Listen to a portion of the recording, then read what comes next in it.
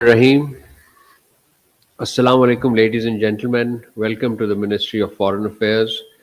A very warm welcome and good afternoon. We start with the roundup of this week's activities.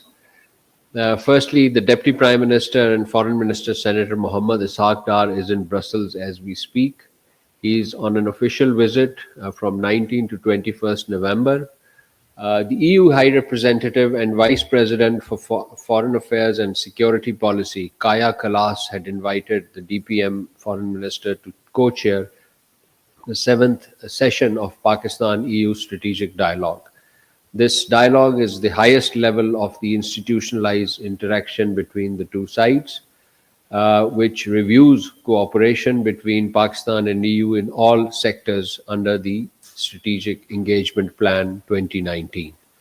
During the visit, the DPM Foreign Minister also participated in the fourth EU Indo-Pacific Ministerial Forum. On the sidelines of these events, the Deputy Prime Minister, Foreign Minister has been holding a number of bilateral meetings and engagements with the senior EU officials, including the President of the EU Council, Antonio Costa, the EU Commissioner for International Affairs and Migration, Magnus Brunner, EU Commissioner for International Partnerships, Joseph Scala, and the key members of the European Parliament. The DPMFM also visited the NATO headquarters. He held meeting with the NATO Secretary General Mark Rutte. During the meeting, both sides exchanged views on areas of mutual interest, including peace and security, terrorism, as well as regional and global developments. The DPM-FM held a bilateral meeting with the Foreign Minister of Hungary, after which both countries signed the renewal of the MOU on cooperation within the framework of Stipendium Hungaricum Program 2026 to 28.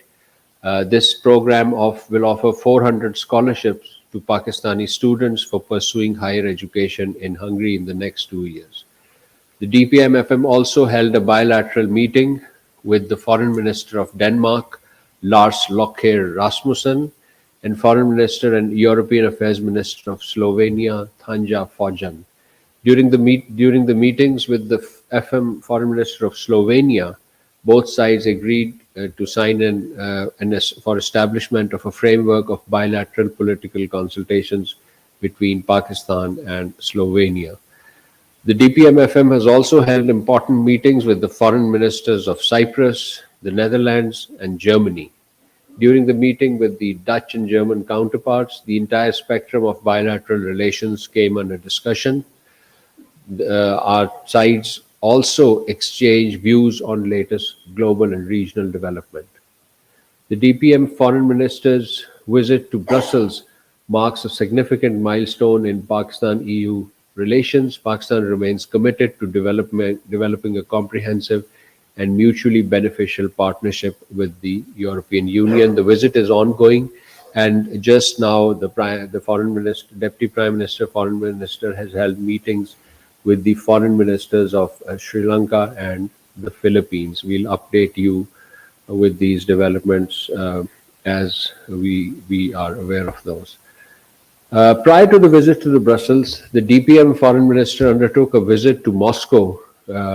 This was in connection with the SCO Council of the Heads of Government, where the Deputy Prime Minister, Foreign Minister was leading the Pakistani delegation, held from 17th to the CHG was held from 17th to 18th November 2025.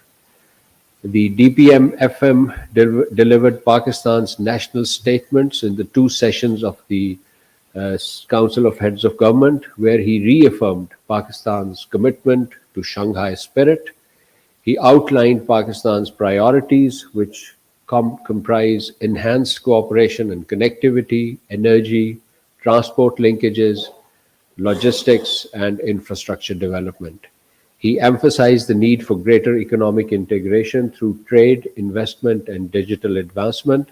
He encouraged SCO to take steps towards promoting the use of national currencies for mutual settlements and called for the establishment of an SCO development bank, an SCO development fund, and an investment fund. He also recommended leveraging potential of the SCO Interbank Consortium to finance development projects in SCO countries.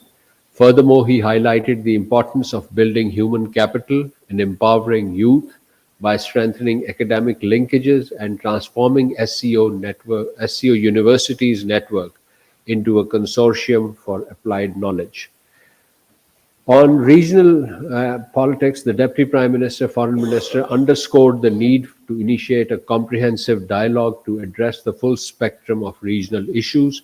He stressed that stability in Afghanistan remained imperative for peace and stability across the region.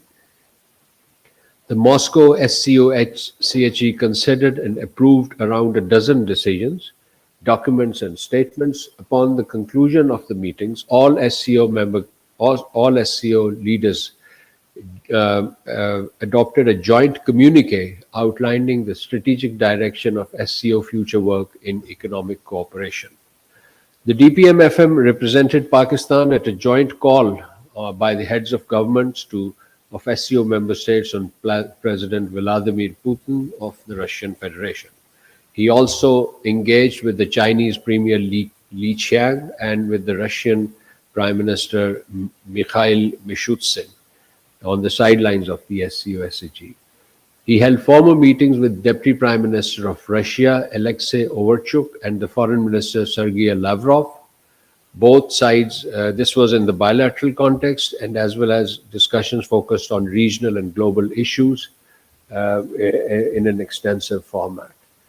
On the other bilateral meetings of the Deputy Foreign Minister and Prime Minister in Moscow included Prime Minister and Foreign Minister of Qatar, Prime Minister of Uzbekistan, Prime Minister of Tajikistan, and the Chairman of the Cabinet of Ministers and Head of the Presidential Administration of the Kyrgyz Republic.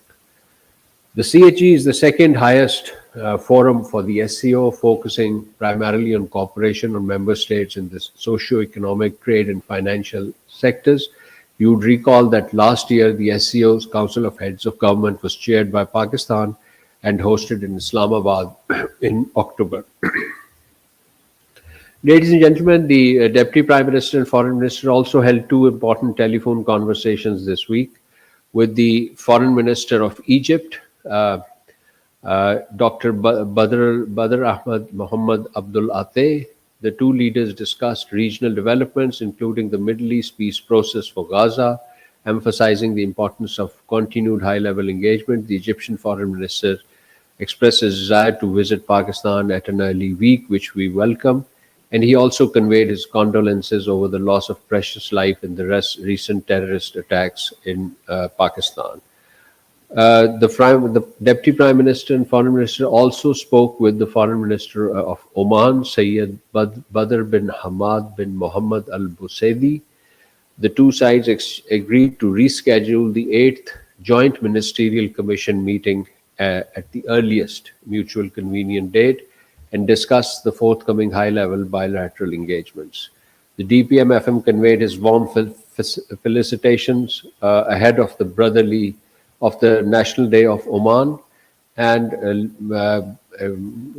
committed to pursue the enduring Pakistan-Oman fraternal ties.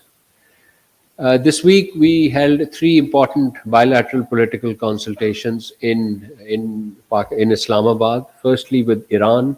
The 13th round of Pakistan-Iran BPC was held on the 17th of November. Foreign Secretary Ambassador Amna Baloch and Deputy Minister for Political Affairs Mr. Majid Takht Ravanchi led the respective delegations. Ahead of the BPC, Deputy Prime Minister Ravanchi paid a courtesy call on Deputy Prime Minister and Foreign Minister. The two leaders discussed preparations for the BPC, key regional and multilateral developments, along with ways to further strengthen Pak-Iran bilateral relations. During the BPC itself, consultations focused on enhancing brotherly ties between the two countries. They reviewed the status of implementation of decisions of previous BPCs and agreed to enhance and diversify bilateral trade and expand cooperation in energy, transport, connectivity, education, and people to people exchanges. There was also an exchange of views on important regional and global developments. Both sides underscored the significance of regular convening of various institutional mechanisms, including the Joint Economic Commission, the Joint Trade Committee, in order to forge closer cooperation on these issues. The two sides reaffirmed their commitment to continue cooperation at multilateral fora, including the UN, OIC, and ECO, and strengthen dialogue on global and regional issues of common concerns. It was agreed to hold the next round of BPC in Tehran on mutually convenient date. With Finland, we held the sixth round of the BPC on 18th November. The Pakistan side was led by additional Foreign Secretary Ambassador Muhammad Khalid Jamali, and the Finnish side was led by Under Secretary of State for Foreign and Security Policy Oti Holopianian. The two sides discussed the entire spectrum of bilateral relations, including cooperation in trade, investment, education, science and technology, and climate change, and held a detailed exchange of views on global and regional issues of mutual concern.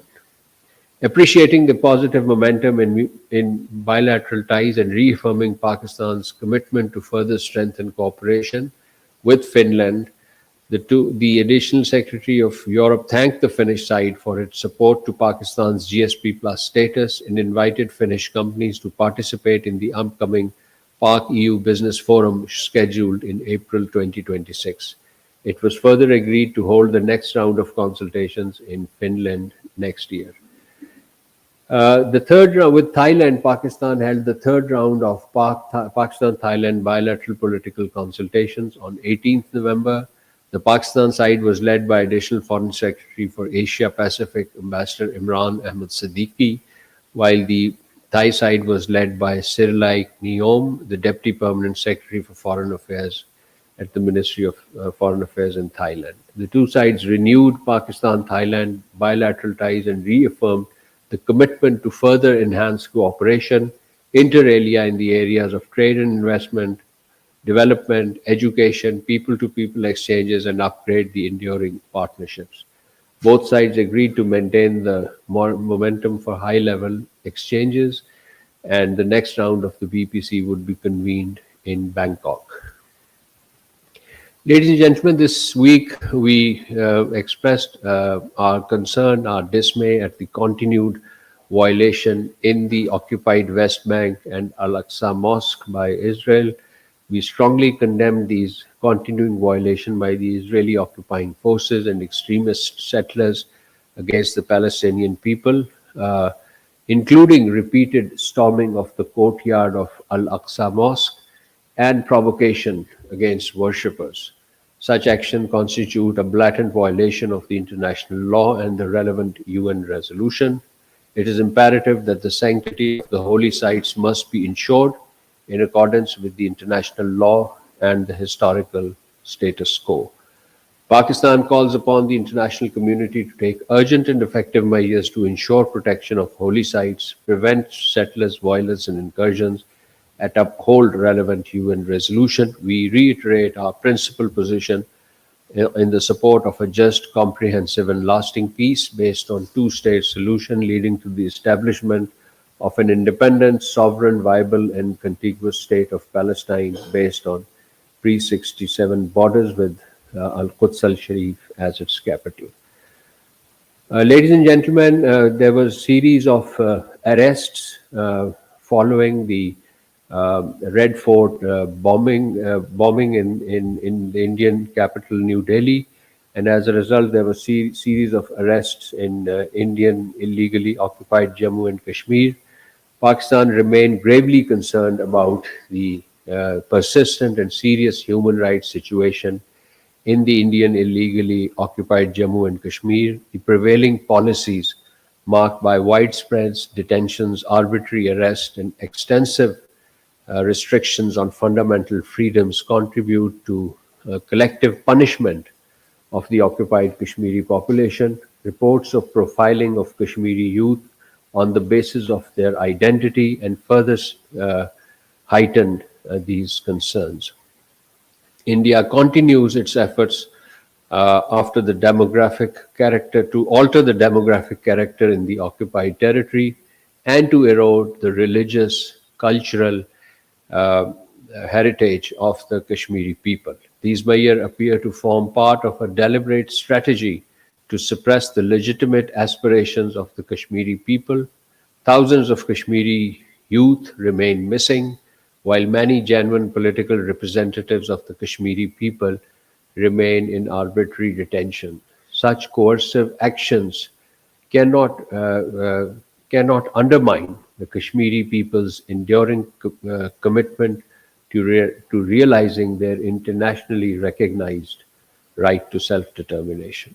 Pakistan calls upon the international community, including the United Nations, the Human Rights Council, and the Office of the UN High Commissioner for Human Rights, to take full cognizance of grave human rights violation in Indian illegally occupied Jammu and Kashmir. We urge these bodies to encourage India to take immediate remedial measures, ensure accountability for documented violation, allow credible human rights organization to conduct independent and impartial assessments of the Indian actions. A just, peaceful, and lasting resolution of the Jammu and Kashmir dispute in accordance with the relevant UN Security Council resolutions and the aspirations of Kashmiri people remains essential for durable peace and stability in South Asia. And finally, ladies and gentlemen, in the course of the week, a few days ago, we were asked to our comment on the situation in Bangladesh in the aftermath of a sentence awarded to the former prime minister. This is Pakistan believes that this is an internal matter of Bangladesh. The people of Bangladesh are fully capable of addressing their issues in accordance with their own democratic and constitutional processes. I thank you all.